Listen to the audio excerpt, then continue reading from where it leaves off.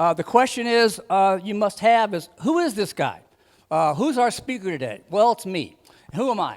I'm Tom Dworschak. I am a self-proclaimed space geek.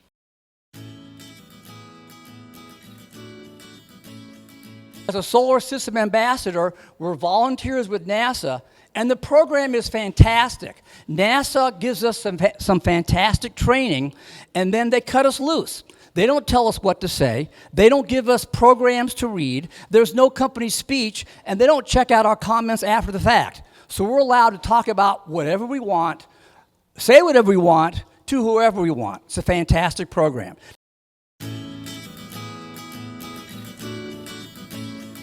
Once again, as a volunteer, we're not giving the official NASA party line. We're telling you what we think. So any opinions that you hear are mine and mine alone. And any factual errors you hear, those are mine too. So here's what we're going to talk about today. 1957, the space race begins. Anybody tell me what happened in 1957? Sputnik, exactly. The Ruskies sent this thing up into space in 1957. It was absolutely a useless thing. This is a Russian engineer putting Sputnik together, and the whole thing was a propaganda ploy. If you look here very closely, you can see the engineer's reflection in the actual Sputnik, because they made the Sputnik as shiny as possible. So when it went over the United States, everybody could see it with their naked eye. And once it went up, it didn't do anything. All it consisted of was 96 pounds of batteries and a little transmitter that went beep, beep, beep every 5 seconds. Within 3 weeks, the batteries were dead, and then it crashed. Didn't matter. America went nuts because when they looked up, they saw the Russians had done something that America could not do, and we were losing the space race. And even though we knew at the time the thing was useless, people were convinced it had cameras and bombs, and the Russians were going to get us. And the Russians kept going. They put a dog into space. We couldn't do that either. Now, for poor Laika, it was a one-way trip. She got a stamp out of it, but she didn't come back safely. But that's something the Russians could do that America couldn't do. America had to respond because America went nuts. So what did America do? Sputnik weighed 184 pounds. We're going to show these Ruskies American know-how. We're going to put up our own satellite that weighs 3 pounds. Okay? But we're going to do it. We're going to do it. So what America did was they made a big, huge production. They said they invited all the networks. It was a live broadcast on TV. It did not go well. That was our launch. Now, luckily, no one was hurt. This was an unmanned rocket, so no one was hurt. The press went nuts. They called it Flopnik. They called it Kaputnik. And the American space program was just a laughingstock. Once again, no one was hurt in this. And the good news is, after this rocket crashed, that little satellite up on top, it crashed to the ground, rolled behind a bush, and started going beep, beep, beep. That's all we could do. We were way behind the Russians. Way behind.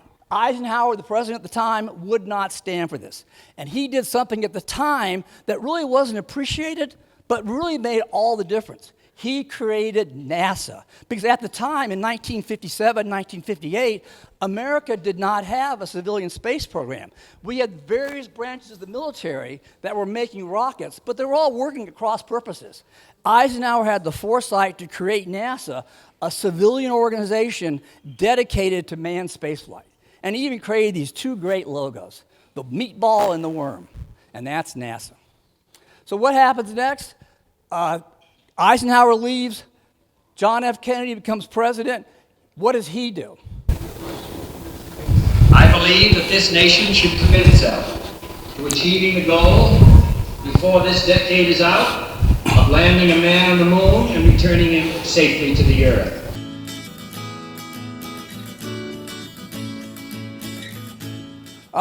These are our first 7 astronauts.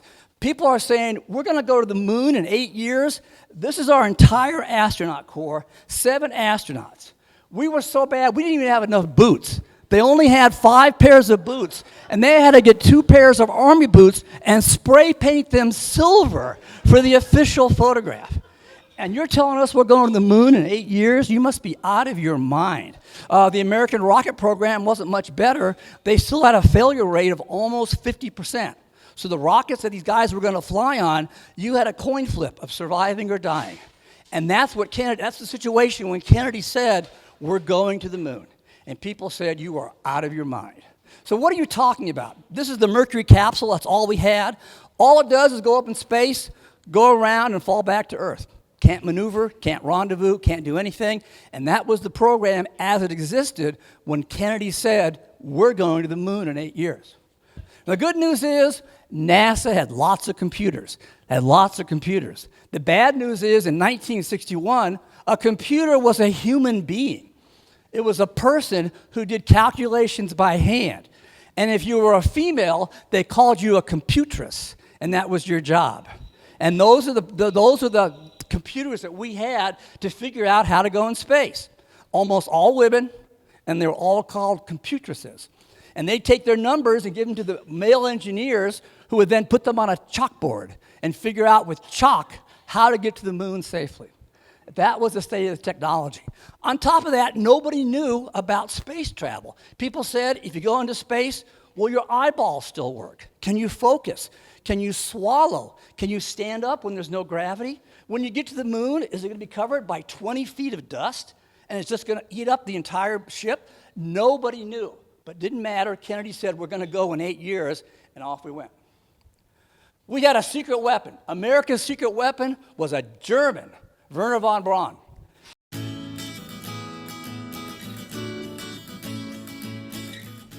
So what did we do? We started with the Mercury project. The Mercury was our first rocket. Very simple, 6 one-man flights. Put the guy in the rocket, it's a tin can. Once you get in that, you can't even move your legs. You just sit down, push a couple buttons, and then come back to Earth. So those were our first six missions were all took place in the Mercury capsule. And that's what it looked like. But that thing can't go to the moon. All it can do is go in Earth orbit and then come back down. But that's how you learn. That's how you get started. That's how much it cost, about $2.2 billion. Those were our first 6 missions on the way to the moon. Who's the first American in space? He must be famous. Look, he's coming to the White House. He's meeting Vice President Johnson, President Kennedy, Jackie. He's got to be famous. There he is with his wife. Who's the first American in space? Alan Shepard. We have a winner. Most people don't know. Okay, that's Alan Shepard. Who's this dude? John Glenn. Why is John Glenn famous if Alan Shepard is the first American to go into space? Better press is probably part of it, but John Glenn is famous. He was the first one to orbit. John Glenn was the first American to go into orbit. When Shepard went up, all he did was go up, out, and came back down in 45 minutes, didn't even orbit the Earth once. John Glenn was the first one to do that a year later. A year later, he became a U.S. Senator. 25 years later, being a senator, you have some privileges. He went up in the space shuttle. You can do that when you're a senator. So at any rate, after Mercury, we go to Gemini. Gemini now is a 2-man capsule to learn how to operate in Earth orbit. Very similar to Mercury, but now we got 2 guys in the capsule as opposed to 1. And the idea here is we've got to learn new skills. If we're going to get to the moon, we have to be able to rendezvous in space. And that's what it looked like to be in that tin can up in space.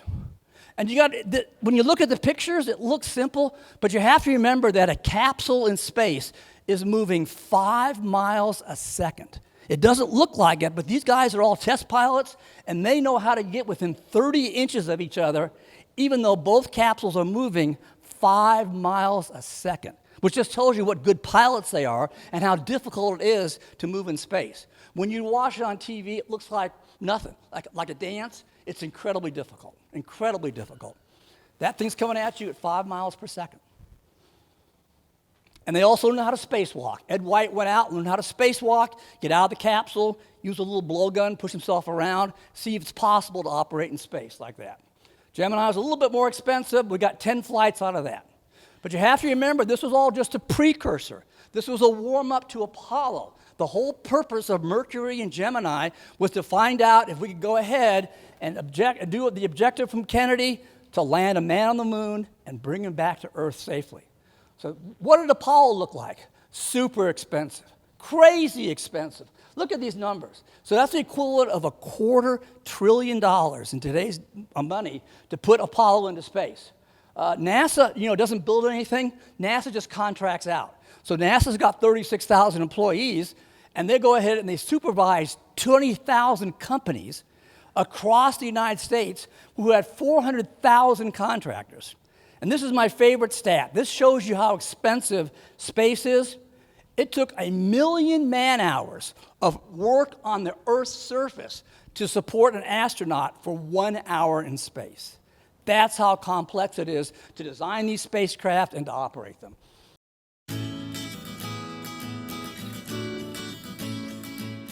So Apollo takes off, and the heart of Apollo is Wernher von Braun's rocket, the Saturn V. This baby is 363 feet tall. It's taller than the Statue of Liberty. It is gigantic, the biggest rocket ever made. It's essentially a flying gas tank. 90% of this thing is fuel, and the rest of it is the engines that take you into space. So how does it work? Getting to the moon ain't easy. It ain't easy. The problem is that the first 100 miles, just to get off the Earth's surface and to get into orbit, takes about 99% of your fuel. So once you get into orbit, what do? This is how Apollo works. It's actually two separate spacecraft that are attached together and work as one. So what we have here is, this is where the three astronauts sit, basically they're sitting on a couch, side by side, and they're in the command module. The service module has all the engines, and it's connected by a tunnel to the lunar module. So it's two separate spaceships, the command module and the lunar module. And the theory is, once this gets into Earth orbit, it goes onto the moon, two people crawl through the tunnel and go into the lunar module. When they get to the moon, the lunar module disconnects, goes down to the lunar surface, and one astronaut stays up in orbit above. That's the way you get to the moon.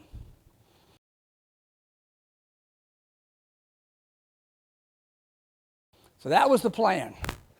Well, remember, we're on a super fast timeline, super fast. Here we are in 1967. This is the first Apollo crew: Gus Grissom, Ed White, Roger Chaffee. They're training for a launch in February of '67. Man, the clock is ticking. If we're going to land on the moon in '69, there's not much time, and this is still the first Apollo, and it hasn't even left the launch pad yet. So what happens? It's a launch pad test. Absolutely routine, not supposed to go into space, just test out the systems. Nothing complicated at all. And here they are going into the capsule. This is what it looked like in the capsule: 3 guys on a couch, and the only way in and out of the capsule was this one hatch right above their heads. That's the only way to get in or out. So what happens? The worst possible thing. You don't want to hear that. You don't want to hear that. Never. Fire rips through the capsule. Just blazes. Never had a chance. So all 3 astronauts had asphyxiated within 15 seconds. They were dead within 30 seconds. It took 5 minutes to even open the door to get in there to see what happened. It just ripped through it so fast. What happened? Oh, the Apollo was the most complicated machine ever made. That Apollo module, it looked like it's a little triangle. It looked simple. Had over 2 million parts. Very, very complicated. It was full of flaws.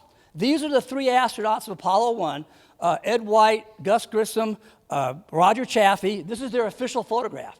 They took this picture and they said, take one more picture. Said, we hope this thing works. Gus Grissom was so upset. Gus Grissom had a lemon farm in his house. He hung a lemon on it. He said, this thing doesn't work. But they plowed ahead anyways. We got a schedule to keep. Off they went. They weren't ready. But they had a deadline. The deadline was looming. There was no time to go ahead and fix things. Now you got to fix things. You got 3 dead astronauts. You got an Apollo capsule that does not work. What are you going to do? You're going to go back and redesign everything. How long does that take? A long time.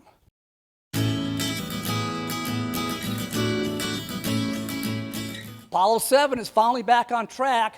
We're talking now October of '68. We're supposed to land in a year, and we haven't even left the ground yet. And Apollo 7, there are other numbers in between that were unmanned launches. This was the first manned launch. October 68, man, the clock is ticking big time. These are the first 3 astronauts to fly in Apollo 7. And it worked. They got it up into Earth orbit. They fixed the hatch. And what they did is you can see it's still in the same location, but now the hatch opens out, and you can open it in less than 5 seconds. It took 18 months to redesign that, though. It wasn't easy to do. But it worked. They got up in space. They got the Apollo up in space to make sure everything worked, and it checked out. The clock is now ticking, okay? Now we got Apollo 8, December 68. We got a year to go. And up to this point, every single mission that had been flown by the Russians and the Americans had never left Earth orbit. It had gone at most 1,000 miles, and it's 250,000 miles to the moon, and we haven't even gotten past the first 1,000 miles yet. Apollo 8 changed that. Apollo 8 went all the way to the moon. It performed TLI, trans-lunar injection. We're going to the moon. These are the astronauts who went. That's what the moon looks like when you get right up close to it. Even closer. And they took one of the most famous pictures in all of NASA history. Earthrise. No one ever seen that before. As they came around the backside of the moon, that was the first craft to ever orbit the moon. That's what they saw, the moon rising, the Earth rising above the moon. Just the way we see the moon rise, now you see the Earth rise. That never happened before. All right, Apollo 9, tick, tick, tick, tick, March of 69. March of 69, the lunar module is supposed to land on the moon, hasn't even left the ground yet. And we're already in March of 69. How are you going to do this? Here your astronauts are going to go, and they got it up. That's the lunar module. Man, they're not upside down. There's no up or down in space. Just a good-looking picture. But they finally got the lunar module to shake out some of the bugs, but still the clock is ticking. And this deadline is not artificial. This is March of 69. The program is very expensive. The Vietnam War is raging. The government is out of money. There's a lot of talk saying, we're spent too much money on this, let's pull the plug. And there was a fear that if anything else went wrong, NASA was going to be told, there's no more money, thanks for what you did, we appreciate it, but we're done. So they could not afford any more screw-ups. And they worked out, and they got everything working in Earth orbit. Now, Earth orbit is good, but lunar orbit is different. You have to make sure everything works around the moon, because the moon is different than the Earth. So now Apollo 10, the next one, goes all the way to the moon and stops in orbit 9 miles above. May of 69, tick-tock, tick-tock. There's not much time here. Those are the astronauts who went, and they actually went around the moon. So you had the first people orbiting the moon doing everything but land on the moon. And they told the astronauts, that lunar module, don't be a hot dog and try to land on your own. There's not enough fuel in it. If you land, you're going to stay there. So don't be a hot dog. We'll go, the next mission lands.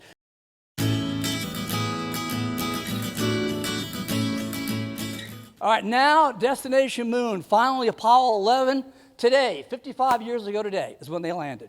Those are our 3 astronauts, very famous names: Neil Armstrong, Michael Collins, Buzz Aldrin. Every mission has a patch. The members of the crew design it themselves. For Apollo 11, and it's always typical on the unit patch, you put the names of the astronauts. Apollo 11 said, no, we don't want our names in the patch because even though we're going, we're just the tip of the spear. We're just happy the people who are going, leave our names off. We want to show that we came in peace. We're the American Eagle, but don't put our names in the patch. Only when it's like that. So off they go. They launched on July 17th, 3-day trip to the moon. Here they go. This is Neil Armstrong and Buzz Aldrin getting ready to go down. And they go down to the lunar surface just like they're supposed to. There they go, down to the lunar surface on July 20th, while Michael Collins stays up in orbit to make sure everything's okay. Here's the landing. Okay, engine stop. We copy you down, Eagle. Tranquility Base here. The Eagle has landed. So that's July 20th. It's a Saturday afternoon, about 4 p.m. Eastern Time. The most observed event in the history of history. Across the world, an estimated 650 million viewers watched it live, and the Earth's population at that time was about 3.6 billion. So 1 person out of 6 was in front of a TV watching the lunar module land live. 4 o'clock Eastern time. It took about 5 hours for the crew members to get ready, and at 9 p.m. that Saturday, they emerged. All right, so once again, Neil Armstrong is about to descend into history. He's on the platform outside the lunar module. He's about to go down those 9 steps, those 9 rungs of the ladder. He's going to go ahead and go into immortality as the first person to walk on a foreign object. What's the last thing you think he did? What would you do? What he did was he reached up above his head, grabbed a bag of trash, and threw it on the ground. So that was our greeting to the moon, because we don't have room for the trash. We're going out to get all these rocks and bring them back. There's no room. Get your trash, throw it on the ground. So this was Earth's greeting to the moon. Here's our garbage. We're so glad to be here. So Neil Armstrong goes down. Buzz Aldrin follows about 20 minutes later. Now there are 2 men on the moon. All right, and they're getting ready to do a bunch of experiments. You know, back then the photographs they took were very good. They only had 1 camera, and Neil Armstrong had it most of the time. So almost all the pictures of the moon landing are of Buzz Aldrin because Armstrong has the camera. The exhibits they did, one of their experiments. This is a lunar seismograph. This is designed to detect lunar earthquakes. Very, very sensitive. It actually detected the astronauts when they were in their capsule, sleeping and walking around. It actually picked up on that. You know what else it picked up? It picked up a Russian spacecraft landing on the moon at the same time that the Apollo 11 astronauts were walking on the moon. What are you talking about? That's what happened. Here's the newspaper, typical newspaper, moon, that's the big headline, moon flyers land today. Look at the story at the bottom. Luna 15 changes orbit, stirs talk of landing, and it's a story out of Moscow? What are you talking about? And then it lands. What are you talking about? What is going on here? Well, what the Russians above all else were sore losers. And they couldn't stand the fact that America got to the moon first. So what happened? Apollo, in fact, it landed. Luna 15 did in fact land.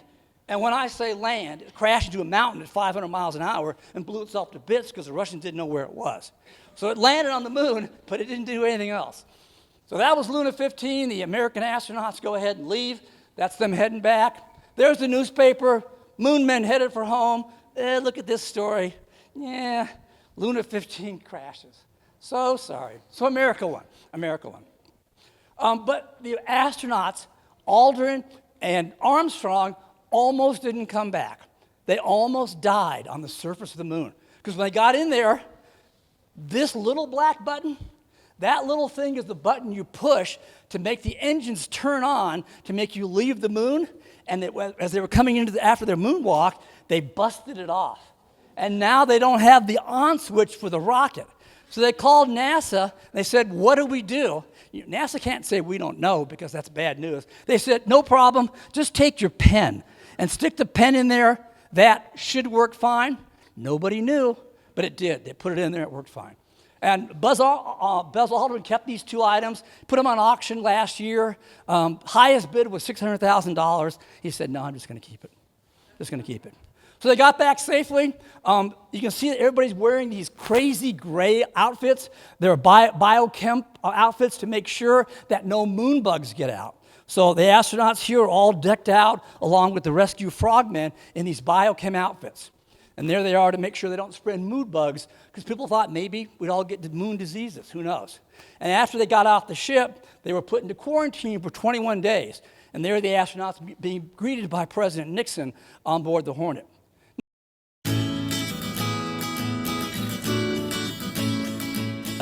And then, of course, we got some more missions. 6 more trips to the moon. I mean, for $25 billion, you get more than 1 trip to the moon, right? So you got a bunch more missions. 1 didn't go successfully, so only 5 actually landed.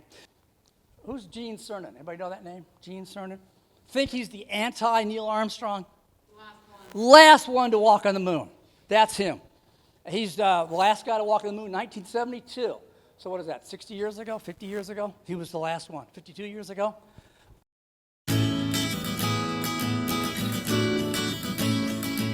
You know, whenever you talk about the space program, it's always about the same 24 white guys who went up to space, walked on the moon, and then the white guys in headquarters who did all the things to make the astronauts get there. And so much is lost in the story if all you focus on is that. And most histories, most presentations only talk about that, but there's so much more to the moon landings than just the 24 white guys who got all the publicity.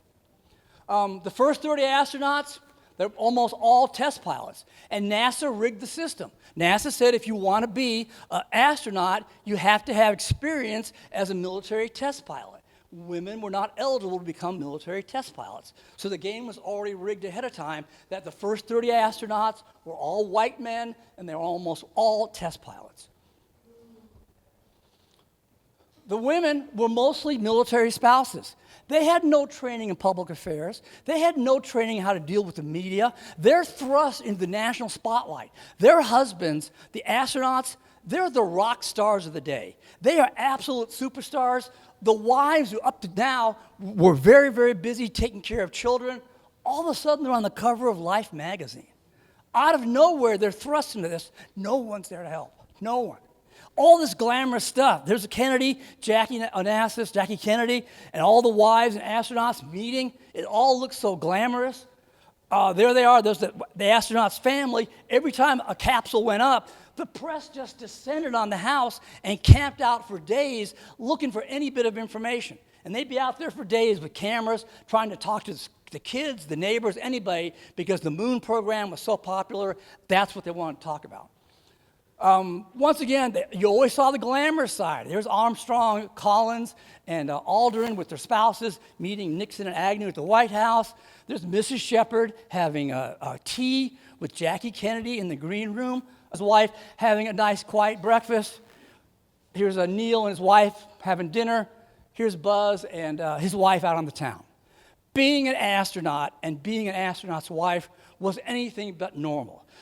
First and foremost, the problem was all the astronauts lived with their families in Houston, Texas, and all the training took place in Florida. The husbands were gone all the time. The wives wouldn't see them for months. On top of that, there were flocks of women who threw themselves at the astronauts. Some rejected, some didn't, and NASA had a lot of public relations people busy putting all this dirt under the rug to make sure nobody found out about some of the escapades of the astronauts. That's just what happens. The astronauts were treated like superstars. Everybody wanted to be close to the astronauts. General Motors said, if you're an astronaut, you can rent a Corvette. You can lease it for $1 a year. And they did. Right? So they're all military. They don't have that kind of salary. They can't afford this. But for $1, they can. As you might guess, this was havoc on wives. It was havoc on families. Look at these stats. Really tough. This is back in the 60s and 70s when divorce was not that common. It was just rampant to the first 30 astronauts because the space program was so difficult on the human beings involved.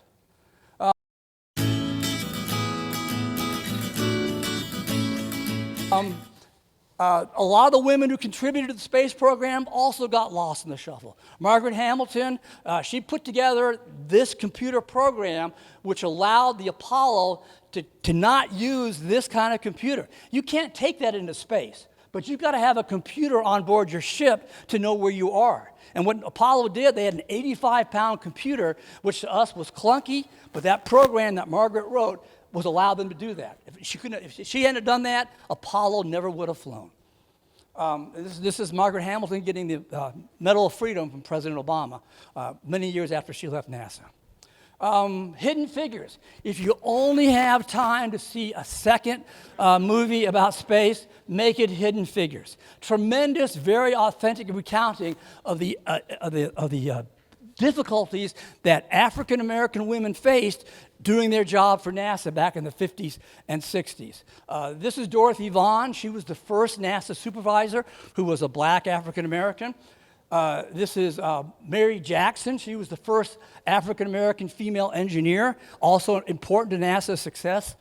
And this is Katherine Johnson here at the age of 100. She looked pretty good. They named a building after her. She recently passed away, but she was also given the Medal of Freedom by President Obama. But you never hear about that. All you hear about are the guys who went up in space who are helping. Where did the spacesuits come from? Got to make sure, see the movie. It's really good. Where's the space, the wall of white shirts? Look at all these guys. This is the mission control for Apollo 11. All these white guys wearing their white shirts. One woman. That's it, the only one. Only one. Poppy Northcutt was a contractor, 26 years old, did absolutely essential calculations for reorbit of Apollo spacecraft. 26 years old. Of course, the press loved her. Very photogenic, very, very telegenic.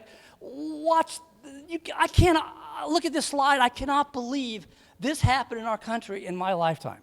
This is a story they wrote. A pretty girl shall lead them. All right? If that's not bad enough, the first paragraph of the story is even worse. A shapely 26-year-old honey blonde. You have to get to the third paragraph before you find out that she's an engineer and what she does for NASA. So that's the kind of thing that women and minorities faced in the space program just to do their job for their country. And it's never talked about. Never talked about. Never talked about. Where did the spacesuits come from? Give you a hint. To lift and separate. Come on, say it. Playtex got the contract. So Playtex, one of the 20,000 companies that has subcontract, all the suits were made by hand. And the women stopped making girdles and bras, and they handmade the astronauts space uniforms. Hung out about send them to the moon. Nobody ever hears about that.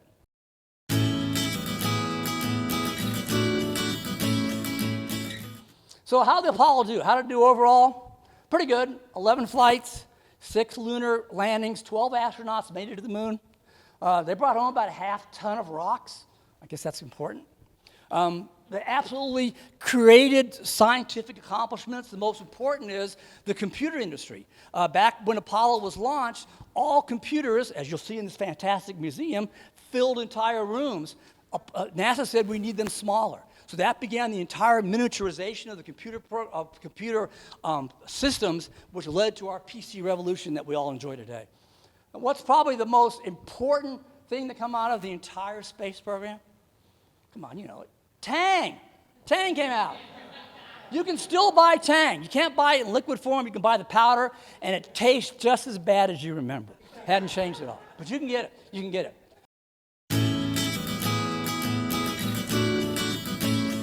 It was 1972. It's been a long time. We're going back in the Artemis rocket. How are we doing? Not too great.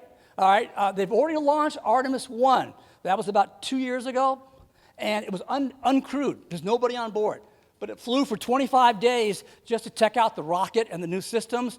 Did an uncrewed flight to make sure everything works. That's what it looks like, looking back at the moon and the Earth, Artemis 1. Now Artemis carries 4 astronauts. You remember Apollo only had 3. And they stack them up like this. They've already picked the crew for Artemis 2. And you know, man, NASA loves pilots. So here's your first crew.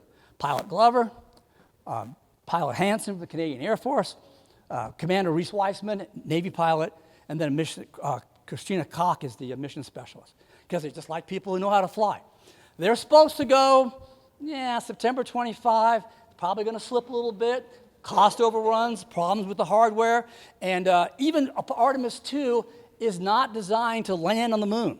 All of Artemis 2 is going to take the 4 people. Once again, they're going to go into lunar orbit, but they're not going to land on the surface.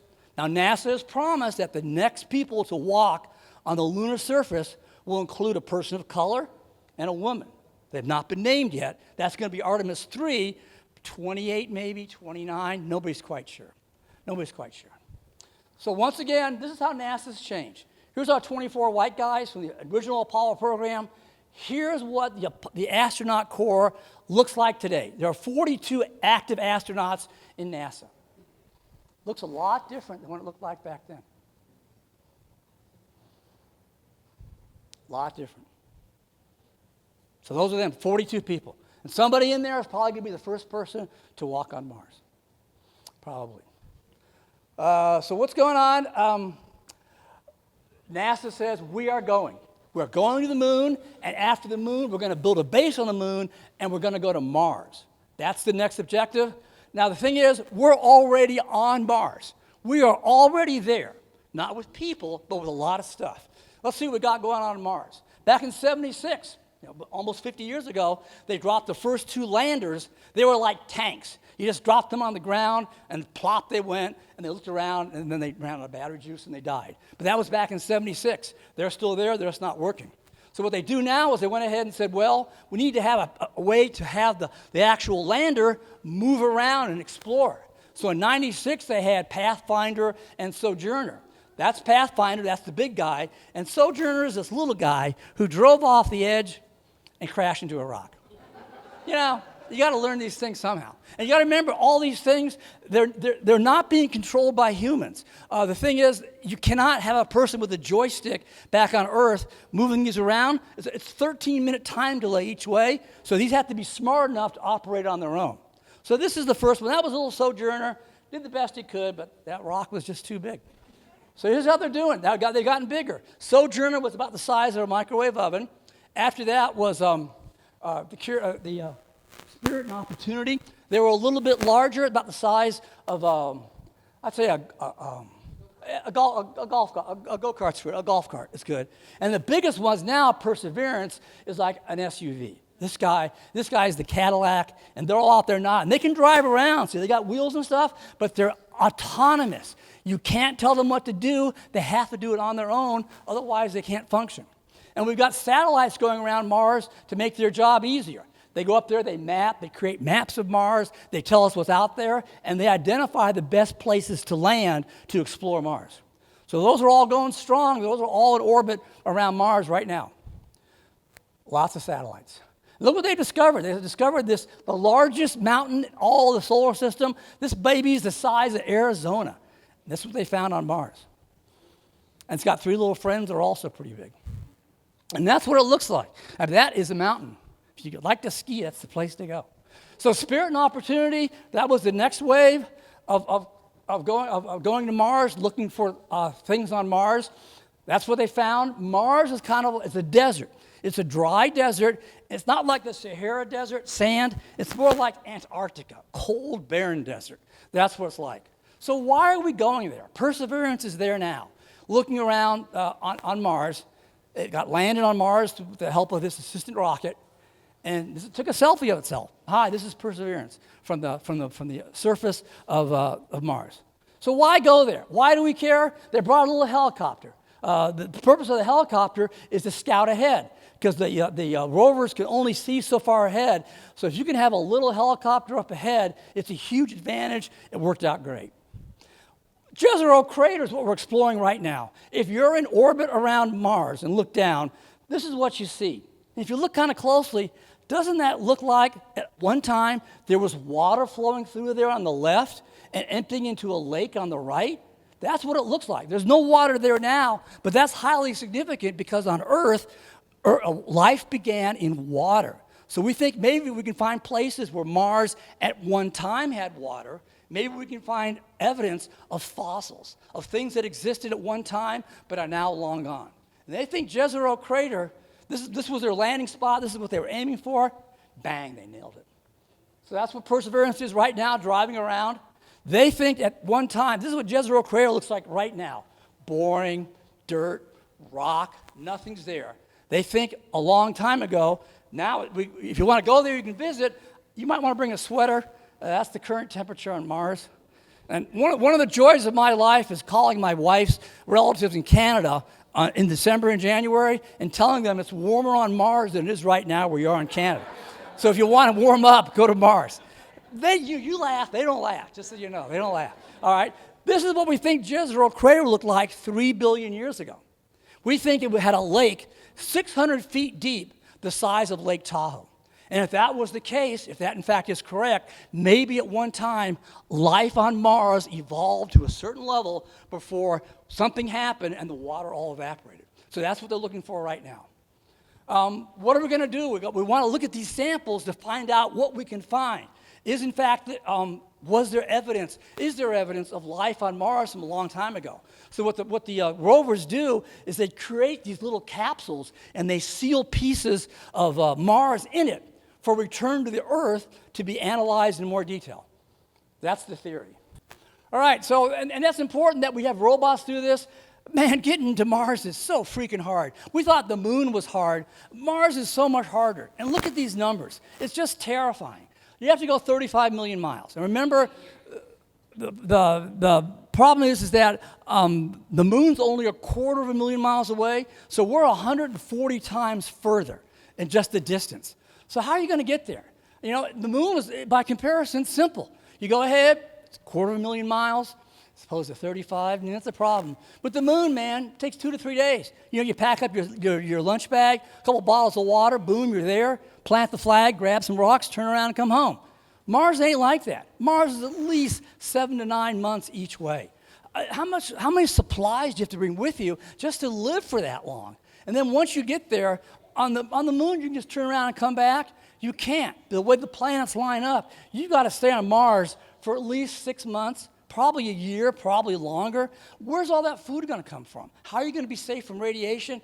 They don't know. They haven't got it figured out, but you saw the slide. NASA says we are going. So their projection right now is the first human on Mars, 2040. Not sure they're going to pull it off, but stay tuned. Stay tuned. So once again, you know, we are going. You are paying, we are going. And somewhere in this picture, you may see the first person who's going to walk on Mars. Never can tell. All right, thank you very much for your attention. Hey, I finished on time. Any questions at all? Any questions at all? Once again, I'm Tom Dworschak. John Baumbush is also a solar system ambassador. We've got cards.